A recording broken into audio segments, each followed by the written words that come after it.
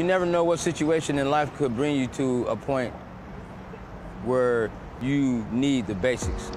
Gleaning in the North Bay.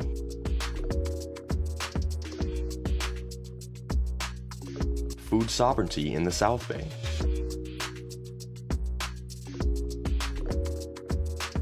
Community gardens and unhoused communities in the East Bay.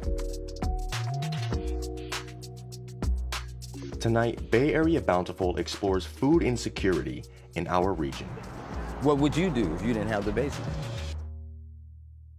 Bay Area Bountiful is about agriculture. It's about feeding us. It's about land and water. It's about the health of our planet. It's about stories that matter.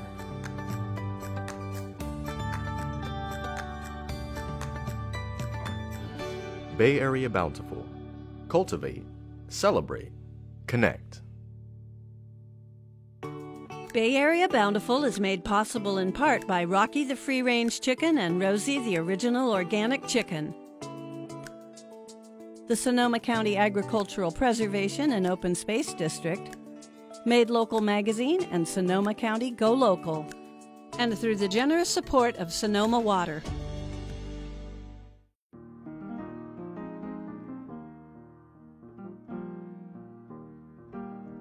One important aspect of food insecurity is food waste. In Sonoma County, Farm to Pantry is committed to salvaging excess food that would otherwise go to waste. Food insecurity is something you may not believe and you may not see it because it's not something people proudly talk about. But there are many, many families who can't get food onto the table. What is crazy about this is that Sonoma County is Mecca. Like, we are the bounty. We grow all the food for the closely knit farm-to-table restaurant scene in the Bay Area. We are where everything grows. And at the same time, there is so much hunger that people don't even see or know. 1 in 3 people in Sonoma County is facing food insecurity. In our country, 40% of the food that is grown is wasted, and 10% of greenhouse gas emissions are attributed to food waste. What was crazy in the pandemic was that the food distribution system entirely broke in Northern California. We have such a tightly knit farm-to-table movement that most farms sell directly to restaurants. So when the restaurants shuttered overnight, all the farms lost their buyer overnight. Meanwhile, the food lines, for example, at one of our nonprofits, Corazon, we used to go every Friday before the pandemic to about 40 high-need families, and then during the pandemic, it was 200 to 400 families. So the needs skyrocketed, and we were in a lucky position with Farm to Pantry because I was a farm-to-table chef, and I knew all the farmers here. Gleaning is actually a term that comes from the Bible, but what it means is to gather bit by bit. And so we go to over 250 properties and farms with over 300 volunteers, and we gather and rescue food that would otherwise go wasted, and we share it with families in need. This amazing farm front porch lets us take the food because it's excess food that is not worth harvesting. But there's still so much edible good food out there.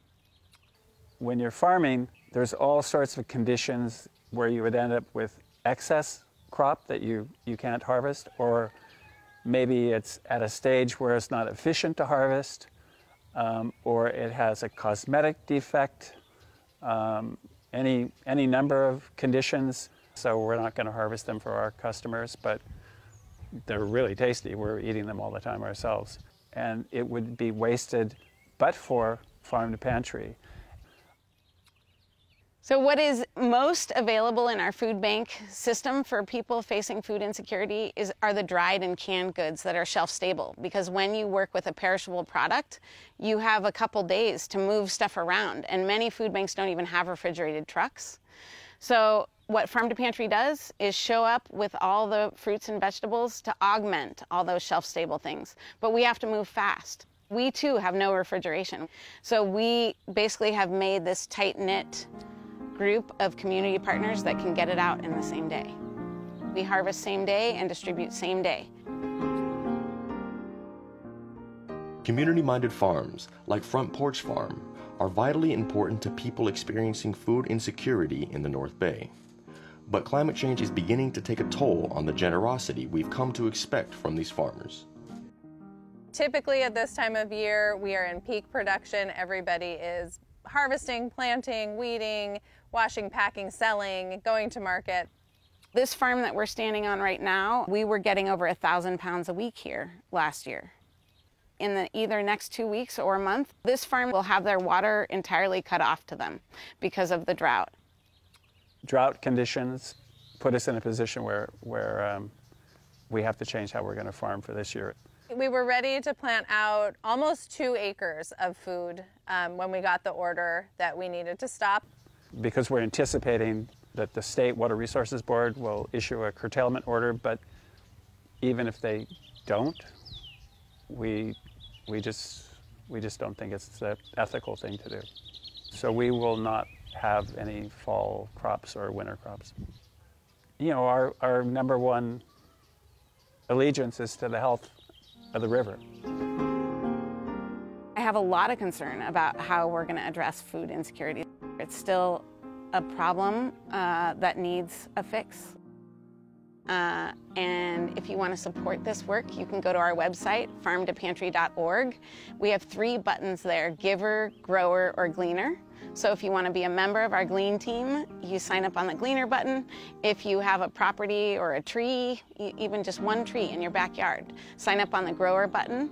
And if you just want to give, we love that too. The farmers now go into this growing season very aware of their buyer's level, so there won't be the same excess for us to go scoop up, yet the need is still crazy high. So what we have done this spring instead is really shift our focus to encourage people to plant food for each other. So that's called our Grow a Row program. Whether if they needed starts, compost, know-how, a connection to land. I really think getting through climate change in what we're looking at down the road is our food sources are all going to be unreliable. So I think the more people can rely on themselves for some of their own food, the stuff that's easy to grow, that's fun to grow, that's successful. So the more people know how to do for themselves, I think it's just better and better. From Sonoma County farmland, we traveled to the South Bay, where a master gardener teaches community members how to grow their own food and reconnect with their food heritage. In downtown San Jose, the nonprofit plant nursery Valley Verde has established a new kind of participatory food system to promote food justice. Its demonstration garden is open to the public. Our mission is to teach low-income families how to grow home organic vegetable gardens in their yards. Valley Verde started doing this to address issues of food insecurity and access to fresh organic vegetables that are usually too expensive for low-income families. We usually average between 90 and about 130 families per year, and most of these families are multi-ethnic. We regularly grow between 12,000 and 15,000 seedlings. A dedicated team of 7 runs the organization. We realized there was such a huge need for food access. We have a lot of underserved communities that are living in food deserts. We needed to make sure that they had food on their table. Valley Verde is unique in promoting a healthy, homegrown diet for the underserved by specializing in hard-to-find, culturally specific plants. So there are people from different countries, and they weren't able to find their cultural foods. I am from Peru, and for example, in Peru, we use this herb called huacatay, and there's no way I can find huacatay here, except that I can find it here. And that is what we want to do, to reach people who are having a hard time finding it. We want to give them the opportunity to grow vegetables that they are familiar with. And no other nursery that we know of is doing that. We decided to go into these communities, basically teaching them how to practice food sovereignty, so they have ownership of how they access their food. Oh, thank you. At Valley Verde, we really try to reach out to the people whose voices have not been included in the mainstream food system. We enroll families who are low income, who have the space and the time to invest in the program for 12 months. I personally learned a lot from Valley Verde. How home gardening helped us to be self-sustained with the food supply and authentic food we bring from our own cultures. We have Thai basil. This one, bitter melon, definitely authentic from Taiwan, China. This one, we call it dragon whisker, 龙须菜. To me, it really matters to have the organic food, start from the seeds. So what can be better than that?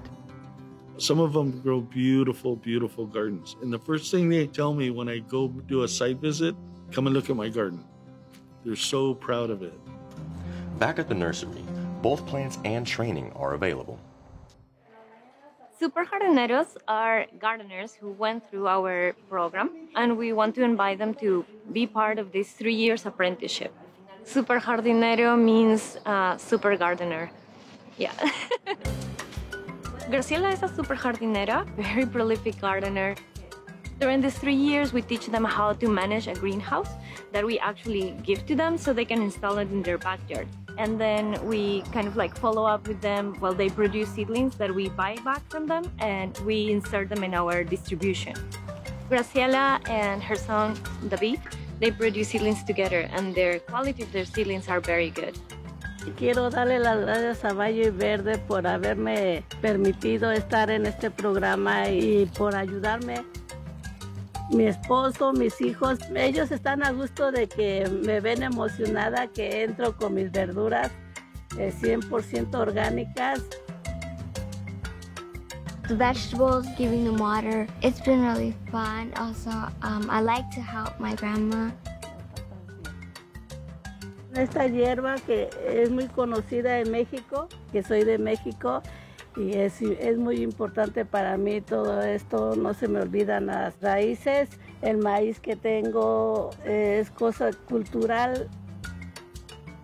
We could make a little bit of a profit for ourselves, but all in good cause, because at the end of the day, we're spreading awareness about organic plants and making sure that people learn about growing their own plants. I think it's really amazing that we wanted to actually be able to offer those multi-ethnic seedlings to everyone, not just the families that we work with. I got your plants okay? I did. Valley Verde has a tool to help our community be more resilient during this time. Thank you. Everybody wants to help Valley Verde. We're a great nonprofit, you know. And to me, this is wonderful. Every day I see more butterfly, ladybugs, and I feel so excited. You see how the plants grow. You see the hope here.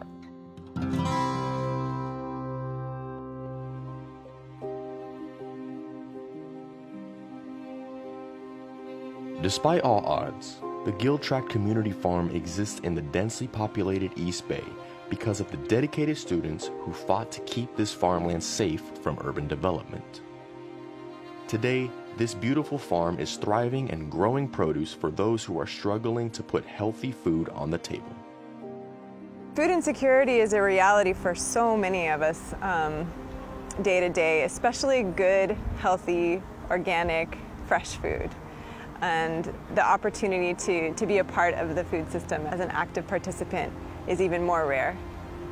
Gill Tract Farm is in an incredibly urban pocket, meaning that there is traffic on the left, right, top, bottom, all sides of it. Yet somehow, the way that farmers have stewarded this land has allowed it to kind of function as this giant crack in the concrete where life is attracted rather than repelled from this place. So in 2012, myself and 200 other people marched onto the land, cut that gate right there with a pair of bolt cutters, and started a 3-week occupation to really raise awareness about the fact that this land was about to get paved, and we need it for growing food instead. Luckily, UC Berkeley responded to that call, and we now have a community farm. We're almost in our 10th year. and we're growing food and educating folks and offering the chance to get people's hands in the soil. You know, living in urban areas, it's hard to find like larger pieces of land, areas where you can garden and farm. This is like the only place that I really came across here in the East Bay.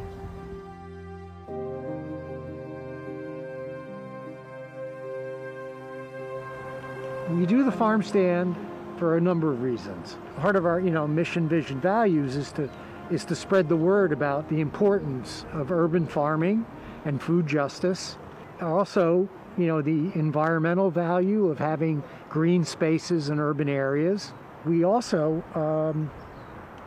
need to raise money. It gives us a steady income that allows us to buy tools and seeds and other support items we need to keep this place running. Besides the farm stand, we send food to food pantries. There's one on the Cal campus for students who can't afford food because rent's so high and tuition's so high. We found out a couple of years ago that students up at Cal 40% of the students are food insecure, so they don't know where their next meal is coming from. And so that's a real huge focus for us too, is, a lot of these students, of course, it's a huge privilege to attend UC, but a lot of people are sacrificing a lot to be here. We get a lot of food out to them at Cal, and also we're looking to work with Berkeley Food Network and getting out produce to their CSAs, and those go to like people in need. The most beautiful thing is I see so many people coming to this farm for food, and that's myself included. And it's so incredible. Not only are you harvesting it, but you're also making friends and community, and you're learning. For my daughter to see her building community at such a small age, she has friends and everything, but she sees the farmers working. Like, she sees it hands-on. She sees what they're doing. She sees the plants growing. We harvest our greens and our herbs, and we take them home and clean them. The Giltrap Farm still exists because UC Berkeley granted it a 10-year lease back in 2013. But once again, the university has development plans for this land and adjacent areas. We are hoping that institutions that want to build a 6-story building just neighboring, we're hoping that they will also take into account as they're creating structural plans. Perhaps create a redwood corridor between the building and our farm, or make sure that the sunlight won't be blocked with the 6 stories that they're building. Maybe make shorter buildings. Basically have an ecologically conscious building model. Looking to the future, we're so grateful and happy that we're partnering with so many amazing community organizations and with so many incredible folks up at UC as well. We need to protect this. We need to understand this better.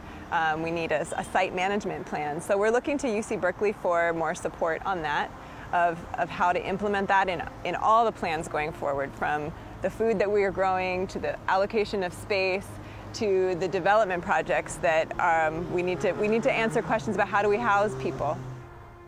There's a commonly held notion in our culture where human beings are essentially damaging to life on Earth. Giltrap Farm is a testament to the fact that it's not human beings ourselves, but the systems that we create that can either harm life or create life.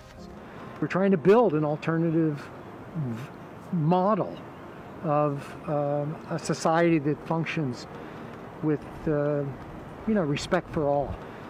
The more people are invested and care about this place, the more likely it'll be around for future generations. And for me, that's the point. She's seeing everything happening from seed to the table, from farm to table, as they say.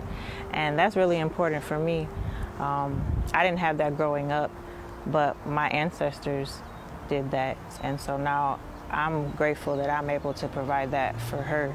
I don't just want it around here for me. I want the next generation and the generation after that to have access to this land and to be able to farm and connect with people in the land and the animals that live here in the soil. I just think, living in an urban area, we just don't get enough of that, and it's an essential part of being human.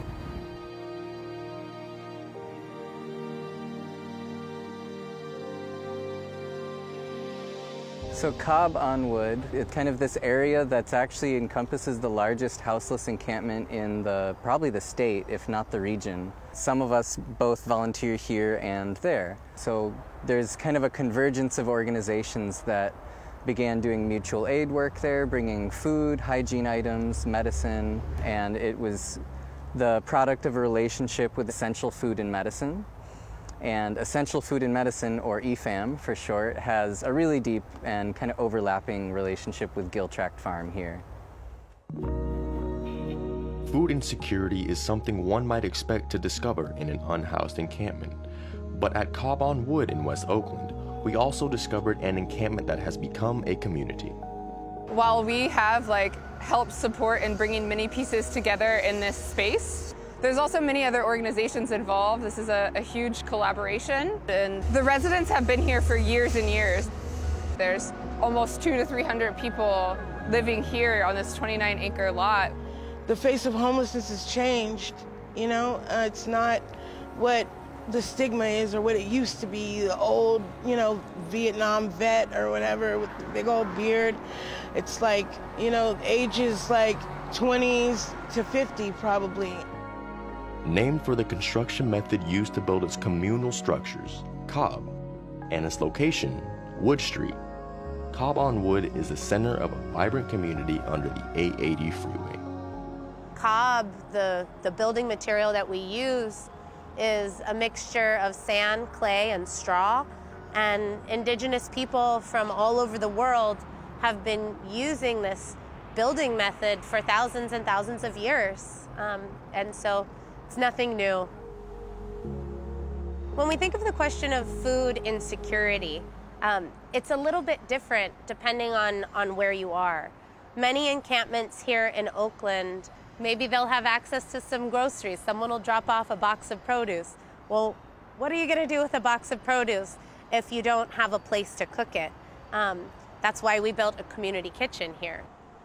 The main place where we source the food to keep the community kitchen stocked is from good eggs and other sort of waste streams that otherwise all the food would end up in the trash. So we do a lot of gleaning of prepared foods and bring it here to the kitchen. Having the kitchen here really helps people, one, that they can have well-rounded meals. We get meats and dairy and vegetables and all kinds of stuff. It's a better quality of food, better than what most people are used to. The biggest part of it is we got somewhere to come to. We have somewhere to come and cook some food, not just have somebody bring you something already cooked and you don't know really where it came from or anything like that. You can actually go in here and make you a meal. You know what I'm saying? You can cook dinner for a group of people or whatever. It's really been special for us here, having the kitchen. Yeah, there's always people cooking all throughout the day. A welcoming and a warm place to be at in the middle of the night, and community in itself, just being able to be around our neighbors and build that, the family that we have here, and to be able to look out for each other so that everybody can be able to eat, so that nobody has to go hungry here. As residents strive for dignity and a chance to improve their situation, they're faced with a threat of eviction as Caltrans makes plans to remove them from their home under the freeway. The biggest obstacle is just land access and ongoing land stability. So right now we are sort of in a confrontation, in a conversation with Caltrans, the State Department of Transportation, and they have plans to evict people from this site. Caltrans is one of the largest landowners in the state of California, and also has the largest population of unhoused people living on it. They have no budget to deal with rehousing people. They have no budget to deal with the effects that their displacement causes. They have a lot of lawyers and they have a lot of rhetoric about commitment to ecological change, to social justice, to equity. But for the people living in this commons, this encampment, what they're seeing is a very different side of Caltrans. officials refer to these displacements as sweeps, which if you really think about that term, it's like you sweep the garbage out. So even the rhetoric that is used to talk about the conditions and the issues present here implies that the people who live here are trash as well. And changing that narrative is a big part of this eviction defense work. It's like, there's beauty here, there is vision here, there is purpose, and people are human. There's basic human dignity here. We hope that this can serve as a model for other encampments here in Oakland, across the country, and truly across the world. This is deep work, and we're in it, you know, walking the long road. This is the long game. When you walk in your door, you have a kitchen, there's food in there. You know what I'm saying? You have a toilet, a bathroom, it's a shower, you got soap, you know what I mean? And they brought it here. You never know what situation in life could bring you to a point where you need the basics, where you have to struggle to have the basics. If you always got it, then you never really understand that point of getting to a place where you don't have the basics. What would you do if you didn't have the basics?